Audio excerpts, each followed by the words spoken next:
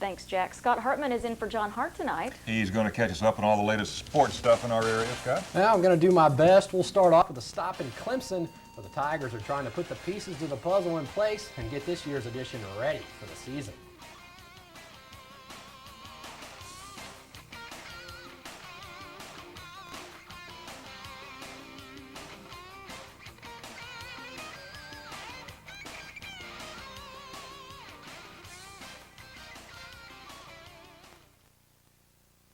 This weather report brought to you by your local Ford dealer.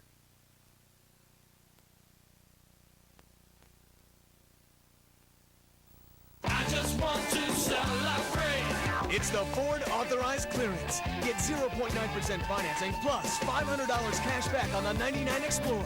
Never before have both low APR and cash back been offered on Explorer.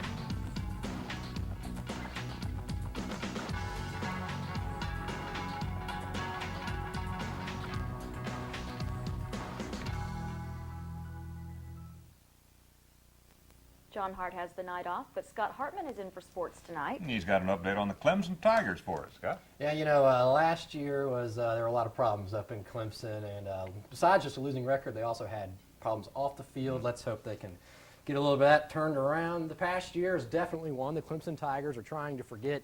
Besides the fact that the Tigers posted a miserable 3-8 mark in '98, the team also had to contend with coaching changes as well as some player suspensions even after the season was over. But with the beginning of summer practice this week, the Tigers are trying to start anew. And head coach Tommy Bowden says his players know that it's time to forget about last year and concentrate on making their mark in 1999. It seems like there's a pretty good sense of urgency, which this team needs to feel. You would think they would be embarrassed and they would feel that, but you never know until you come in and see how they test and see how they practice. And every indication is that they're pretty serious. You know, we want to win. You know, we want to do better than we did last season. So, you know, it's real intense now. Tigers get started September 4th when they host Marshall. Meanwhile, in Carnesville, the Franklin County Lions are out in the summer heat in preparation for their season opener September 10th against Commerce. The Lions are hoping to avenge last year's opening loss to the Tigers. In addition, Coach Davis's team is hoping to turn the tables after finishing the '98 season with a 4-6 record. I think we've got a number of starters returning on offense, I think is a key. I think we've got 6 starters. We've got to make sure our offensive line develops. We've got some folks up front that hadn't played in varsity competition before. That's got some concern to us. We have a good quarterback, some good linemen. We got John Baskins coming back starting. And then we got a real good linebacker core coming back this year, anchored by Jacob Youngblood and C.J. Hartness. Now today was supposed to be D-Day for Jamal Anderson and the Atlanta Falcons, and apparently an agreement has been struck. Though the details have not been released, the Associated Press is reporting that Anderson will join the Falcons for practice tomorrow. At a hotel about 5 miles from Falcon training camp in Greenville, South Carolina, Anderson and his agent, along with Falcons general manager Harold Richardson and head coach Dan Reeves, met this afternoon to try and hammer out a deal. Reeves left the meeting about 2:30 to head to practice, but things look to be on the up and up for both sides. We will keep you posted as details of Jamal's new deal unfold. Well, we got to take a quick water break real quick, but when we return, we'll take a trip around the track and explore the ever-changing face of NASCAR. We're back after this. Sports is brought to you by Southeast Toyota.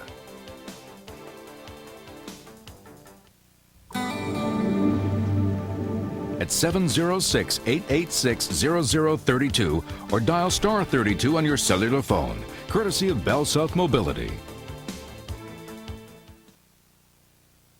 We are back. The NASCAR Winston Cup Series is enjoying more popularity right now than it has experienced ever before. But with all the growth and the increase of fan interest in the sport, races are being run more and more at the big super speedways that can hold hundreds and thousands of onlookers. In this week's Around the Track, Todd Lewis shows us that with all the big tracks getting the glory, some short tracks may soon become a relic of the past. We took an informal garage poll, and most drivers said their favorite track is the short track, like the ones at Martinsville or Bristol. Short tracks allow teams to show their muscle under the hood, and drivers have an opportunity to literally fight their way to the front. You know, you race short tracks all your life to get to Winston Cup, and then you race super speedways. So, you know, I'd hate to ever see Martinsville go. That just might happen.